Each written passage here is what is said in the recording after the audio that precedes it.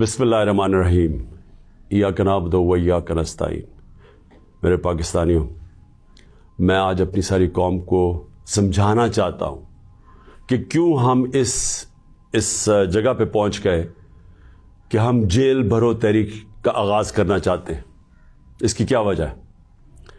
دیکھیں، ساری دنیا میں قومیں کسی قانون کے تحت چلتی ہیں۔ قانون کیا ہوتا ہے؟ وہ آئین فیصلہ کرتا ہے کہ کیا قانون میں جائز ہے اور کون سی چیز ناجائز ہے۔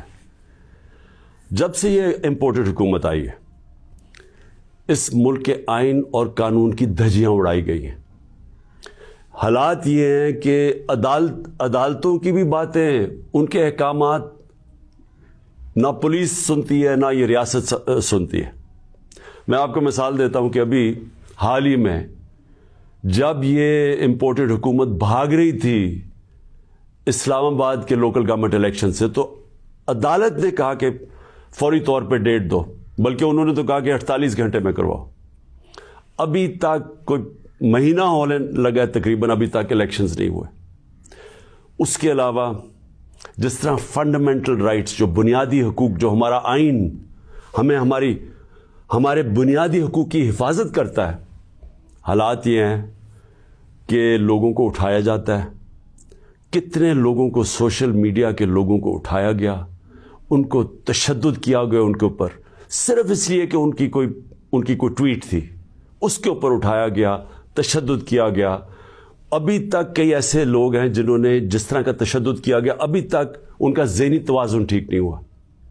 اعظم سواتی، کون سا آئین، کون سا قانون اجازت دیتا ہے کہ ایک ٹویٹ کے اوپر ننگا کر کے اس کے اوپر تشدد کیا جائے، اور پھر جب وہ پھر سے اس کو جیل میں ڈالا جاتا ہے اور پھر اس کو کوئی 30 اس کے اوپر FIR کوئی بلوچستان سندھ میں کی جاتی ہے۔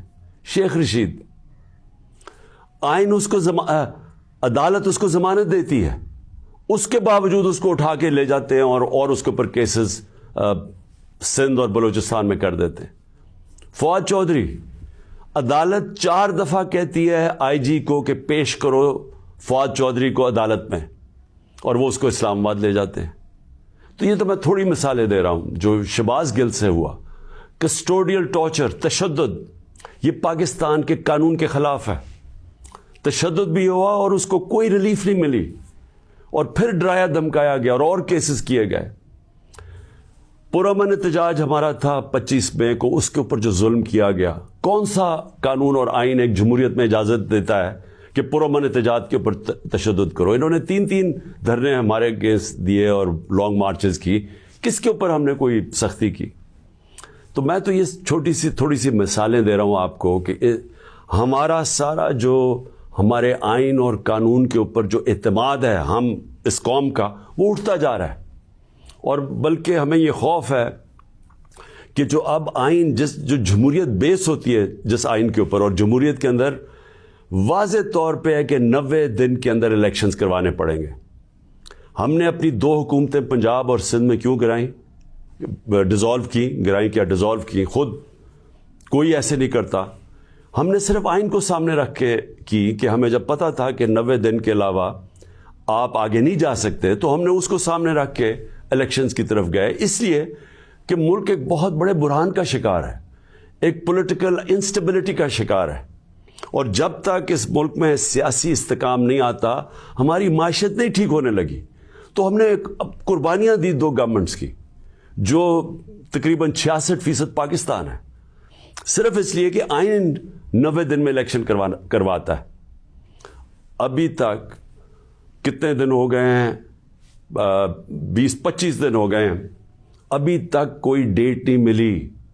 دونوں الیکشن کمیشن اور یہ جو 2 حکومتیں، جو 2 گورنرز ہیں، انہوں نے ڈیٹس نہیں ابھی تک دی، اور یہ سیدھی پاکستان کے آئین کی وائلیشن ہے۔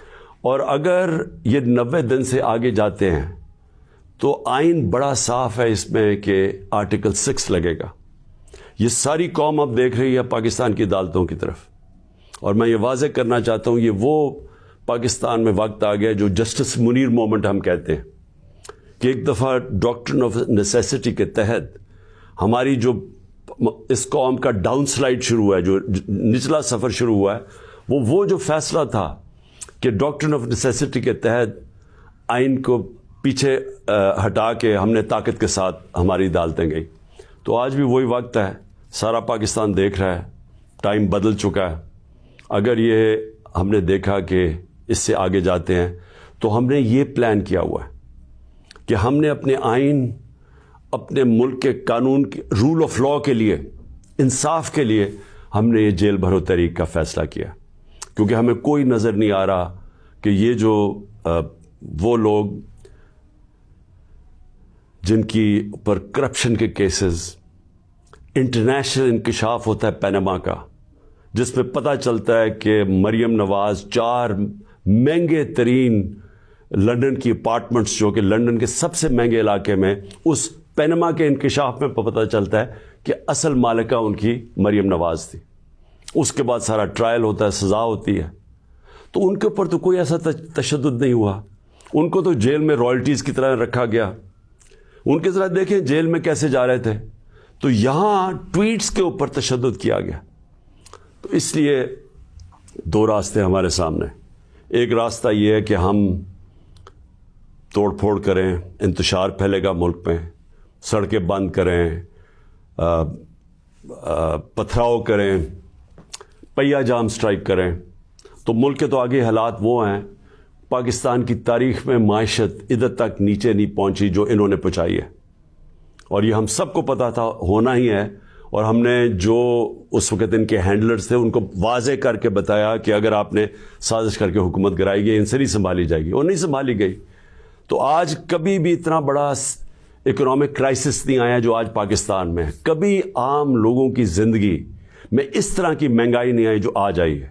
جو بے روزگاری بڑھتی جا رہی ہے, ایک طرف مہنگائی بڑھ رہی ہے, بے روزگاری, تو ملک کے معاشی حالات تو بہت برے ہیں.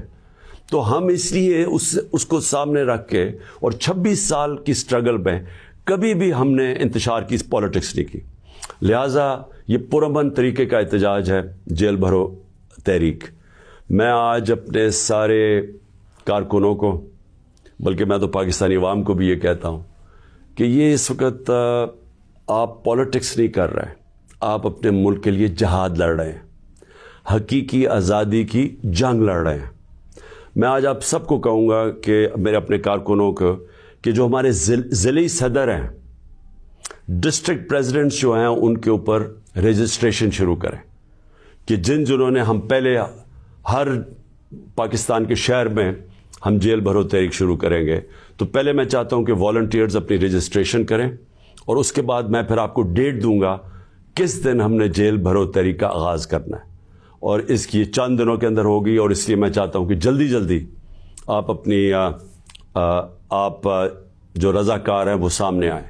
اور انشاءاللہ میں یہ سمجھتا ہوں کہ یہ جو ہماری تحریک ہے, اس سے ہم وہ چیز حاصل کرنا چاہتے ہیں جو پاکستان کو ایک حقیقی آزادی بھی دے گا, اور حقیقی آزادی کا مطلب حقیقی جمہوریت وہ بھی دے گا.